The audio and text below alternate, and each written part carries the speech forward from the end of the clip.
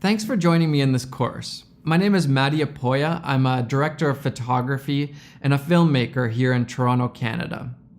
One of the questions I get asked most often is, how do I color grade my films? Color grading is a process that takes a lot of practice. It isn't gonna come just like that. When you first start color grading, it's really hard to see colors and contrast and exposures in the correct way. And even if you can tell that something is off or something is wrong, you don't know how to fix it or even where to start.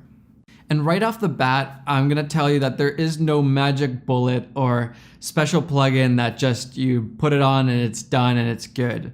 Color grading is a lot of hard work, but I'm gonna try to tell you some tips and techniques to make it a lot easier for you. The aim of this course is to help you become better at color grading by equipping you with theory, techniques, and tips on creating cinematic grades.